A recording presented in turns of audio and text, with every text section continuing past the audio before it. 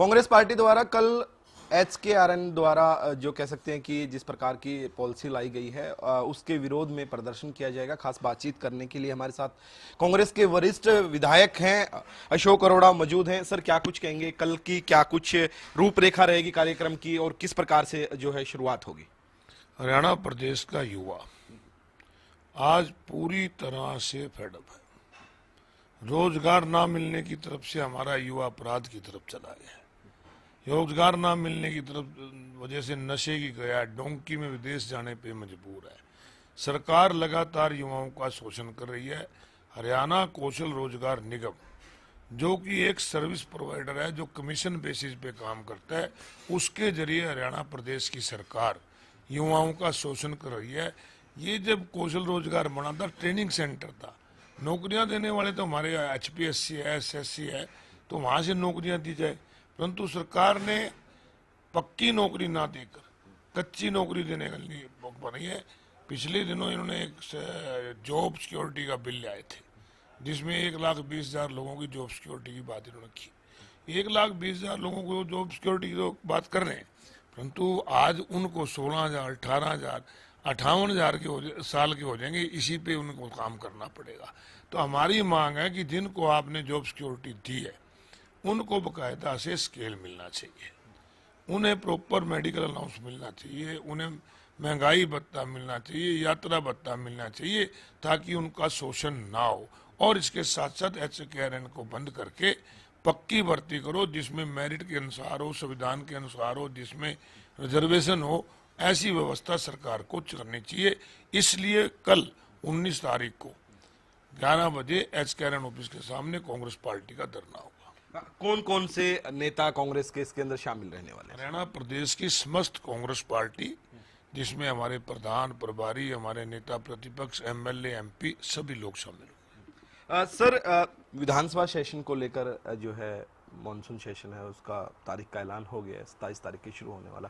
Sir, किस प्रकार की तैयारी है और किन मुद्दों को लेकर जो है सदन में पहुंचने का कांग्रेस काम करेगी? कांग्रेस पार्टी एक मुख्य विपक्षी पार्टी है और 20 तारीख को हमारे विधायक दल की मीटिंग नेता प्रतिपक्ष हुड्डा साहब ने बुलाई है। पूरी तरह से कांग्रेस तैयार है। आज बहुत इश्यूज हैं लोगों के। आज सबसे बड़ा इशू है भ्रष्टाचार का। हरियाणा प्रदेश में व्यापक भ्रष्टाचार फैला हुआ है। बैंक घोटाला, मात्र चंद कर्मचारी और अधिकारियों को दोषी मान के मुझे लगता है वो फाइल बंद कर दी गई है। एक बहुत बड़ा घोटाला है। वो लोग भी तो जिम्मेवार हैं जिनके महकमे, जो जिस महकमे के मिनिस्टर हैं, उनके महकमों से पैसा निकलकर हजारों करोड़ रुपए कमाया गया है, तो उनके खिलाफ भी कार्रवाई होनी चाहिए। इस प्रकार से इनलीगल माइनिंग हो रही है, बहुत बड़ा भ्रष्टाचार हो रहा है। मास्टर प्लान को चेंज करके किस प्रकार अपने क्षेत्रों को फायदा पहुंचाया जा रहा है। इसी प्रकार कौशल रोजगार निगम का भी हम विधानसभा में युवाओं की बात उठाएंगे।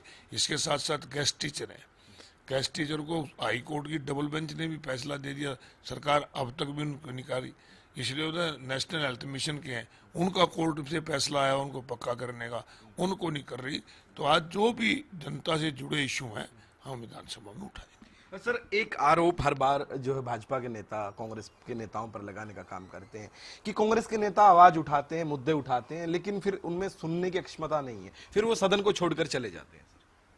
कांग्रेस पार्टी ही नहीं, पूरा प्रदेश सुनना चाहता है सच्चाई, परंतु हरियाणा प्रदेश की सरकार और विशेष रूप से मुख्यमंत्री उन मुद्दों से अलग होकर, मुद्दा तो उठाएंगे सड़क का, ले जाएंगे टनल पे, मुद्दा उठाएंगे भ्रष्टाचार का, ले जाएंगे पिछली तुमने क्या करा।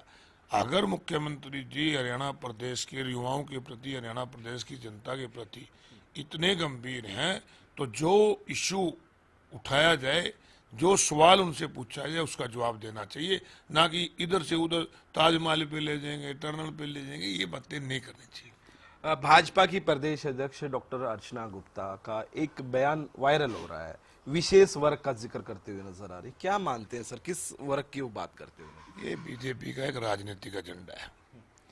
इस प्रकार कोई ये नहीं है कि मुंह से शब्द निकल गए, ये जानबूझ के किया जाता है। धर्म और जाति के नाम पे लोगों को बांटने के लिए इस प्रकार की ये बातें करते हैं। आप खाली इसकी बात नहीं, आप जिस प्रकार से हमारे राष्ट्रीय अध्यक्ष खड़गे जी ललवानी गए, उसको स्टेज को गंगा जल से साफ कराना कि ताकि दलित और स्वर्ण आपस में बने, यूजीसी के खिलाफ यात्रा निकालना ताकि ये आपस में लड़ें, और इस प्रकार की भाषा का इस्तेमाल करना ताकि हरियाणा प्रदेश को किस प्रकार से जलाया जा सके, हरियाणा प्रदेश में किस प्रकार से जाति के नाम पे लोगों को बांटा जाए, धर्म के नाम पे बांटा जाए, ये इनका एक राजनीतिक एजेंडा है। एक सर वंदे मातरम को लेके वीडियो वायरल हो रहा है और उसको लेकर काफी प्रतिक्रियाएं सोनिया गांधी के खिलाफ जो है लगातार दी जा रही हैं, उस पूरे वाक्य को किस प्रकार से आप देखते कांग्रेस पार्टी और विशेष रूप से सोनिया गांधी के परिवार को देशभक्ति का सर्टिफिकेट बीजेपी वाले नहीं, ये तो देश की आज़ादी के भी खिलाफ थे। तो अब